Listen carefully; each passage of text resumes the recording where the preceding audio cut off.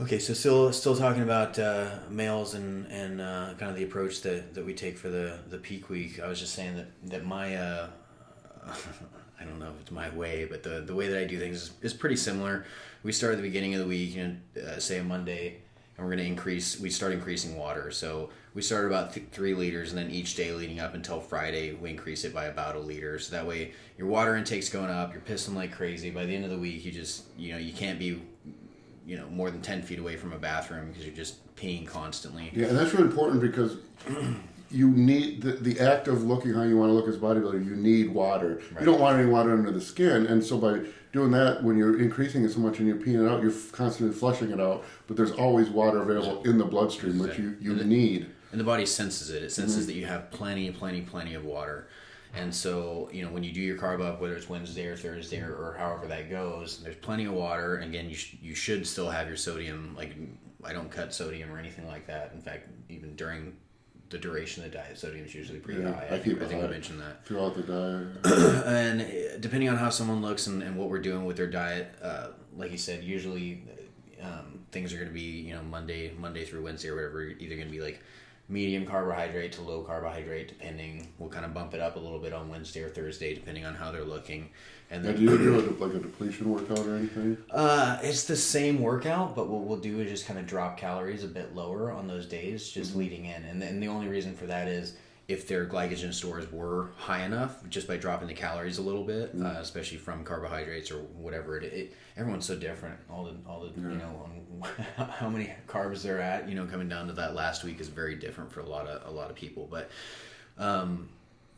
or if they're still using like an intra-workout drink, which I have some people do, we'll take it out, for a few workouts, and that's enough to get you pretty depleted. So then on Wednesday, Wednesday or Thursday, depending on how they're looking, that's a great day to refill those stores, like you were saying. And so basically, the rest of Thursday and going into Friday, you're not training, your carb loading is done or whatever, and I use the blood glucometer also, which he told me, and that's a freaking great idea. It's a fail safe. It's awesome.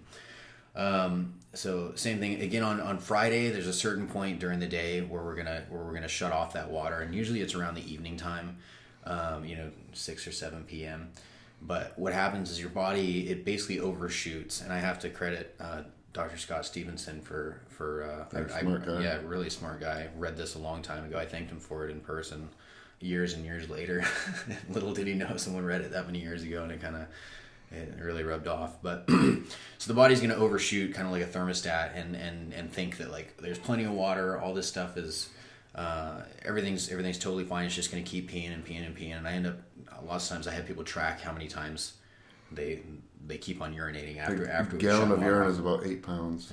Yeah, it can be pretty dramatic, changing overnight.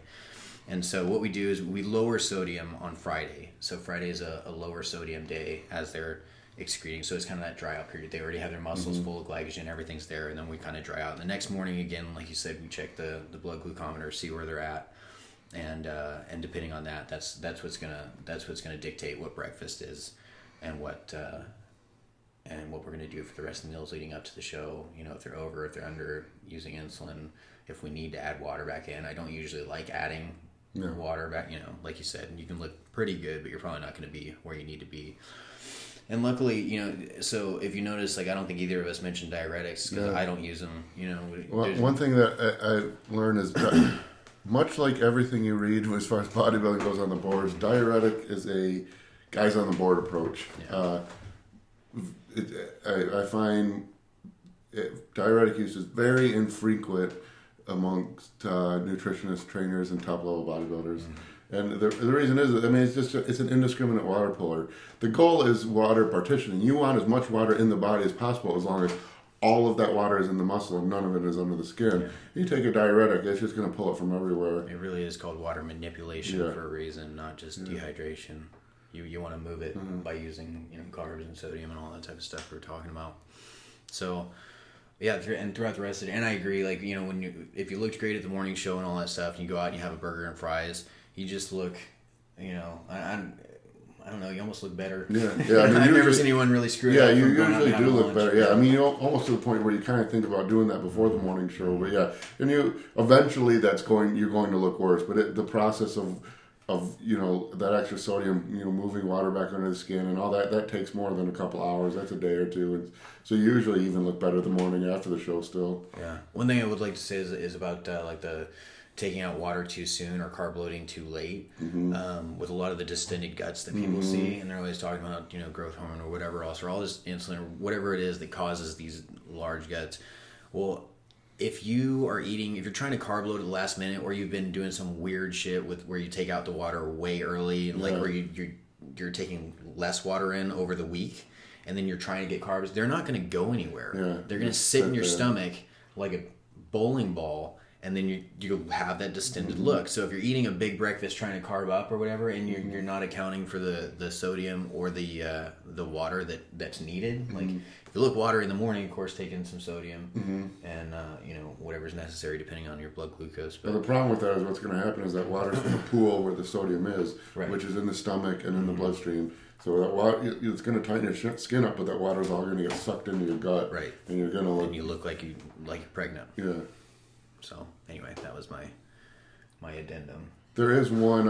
If you must insist on using a diuretic, which for whatever reason it seems like first show bodybuilders just have it in their head that if they don't use a diuretic, somehow they're going to look bad, and I don't know why that's so ingrained, but it just seems like over hundreds of clients over years and years. That's every first time bodybuilder when you show them the final week freaks out that they're not using a diuretic because of course they've read on the internet boards from hundreds and thousands of other guys who've never done a show but who tell you how diuretics and the most important thing. And of course anytime a pro bodybuilder is cramped up it's because of diuretics, and anytime someone was really shredded everyone on the boards says, oh well, you must have taken a lot of diuretics. There's LASIK look for you there.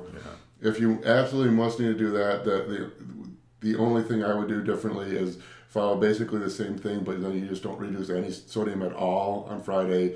Take the diuretic, and usually just half a diuretic is plenty, half a diazide, something like that. Take that Friday night, but all that's doing is that Friday night it's going to pull the water and sodium that you would have been better off doing manually, manipulating it that day. But do not cut sodium and take a diuretic. You are going to look worse 100 times out of 100. All right.